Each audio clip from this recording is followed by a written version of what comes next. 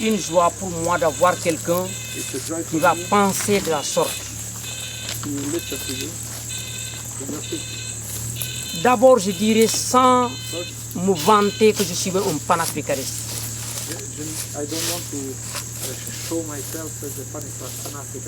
Sans me vanter, c'est-à-dire sans faire de l'orgueil.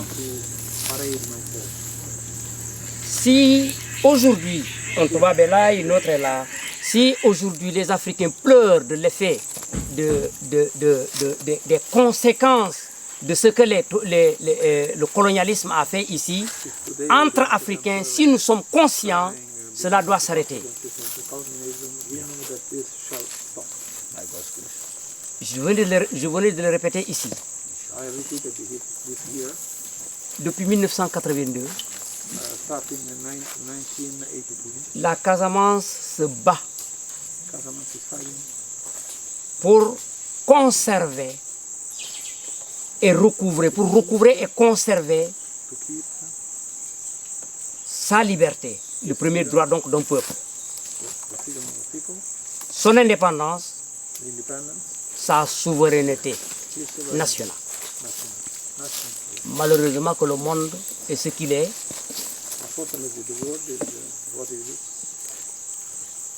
40 ans aujourd'hui. Ce qui est vraiment malheureux, la Casamance est en train de se battre, mais jusqu'ici le monde n'en parle pas, sinon que faire du mal au peuple casamançais. C'est pourquoi lorsque j'ai appris que des troupes de la CEDEAO, je n'avais jamais cru que c'est la CEDEAO dont on parle, la communauté des États de l'Afrique occidentale, quelque chose comme ça, qui devrait lutter pour mettre fin aux souffrances des populations africaines. Si ces troupes de CEDEAO ne pensent pas à réduire les souffrances des populations casamancaises et surtout à ce que le peuple ou les populations casamancaises aient leur premier droit qui est la liberté, c'est vraiment regrettable, je ne vais pas vous le cacher. Cependant, je ne serai pas long, puisque même s'il n'avait pas, si monsieur, comment encore là, si monsieur Condor n'avait pas demandé, n'avait pas sollicité la libération des prisonniers, je pense bien que ce n'est pas une première que je l'ai fait.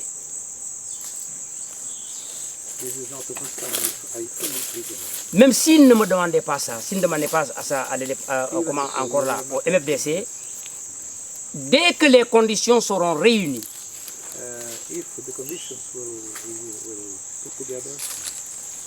je n'ai rien de profit qu'à libérer ces gens qui sont en train de souffrir contrairement à mon désir.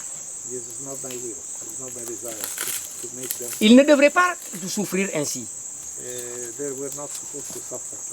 Si le monde était juste, si l'Écosse, cette Écosse-là, votre Écosse était digne, était dirigée, sinon, si les dirigeants de cette Écosse étaient dignes, étaient vraiment des Africains au sens propre du nom.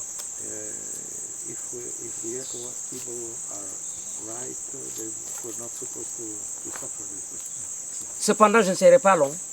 Je vous le répète, si les conditions étaient réunies, même aujourd'hui, je les libérais. Cependant, je ne reculerai pas sur la décision du mouvement des forces démocrates de la Casamance. En général,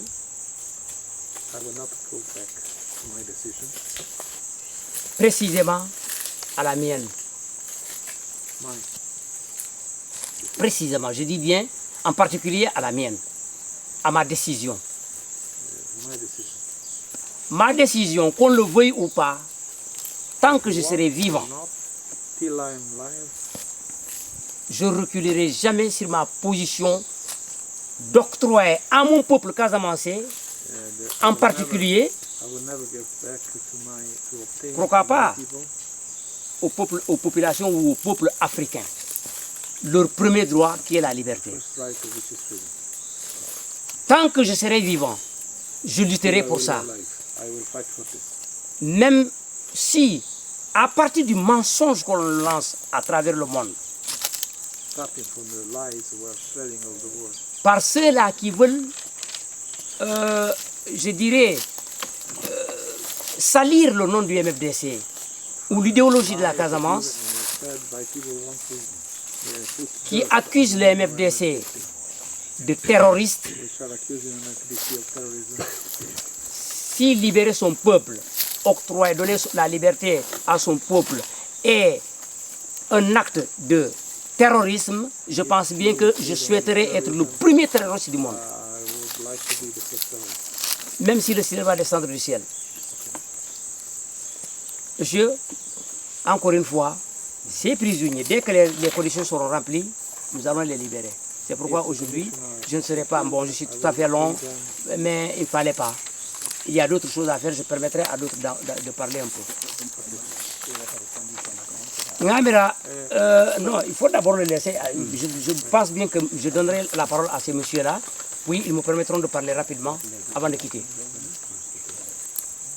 Et je souhaiterais surtout avoir, même si ça va être une expression d'un paragraphe seulement, de la sacrée madame.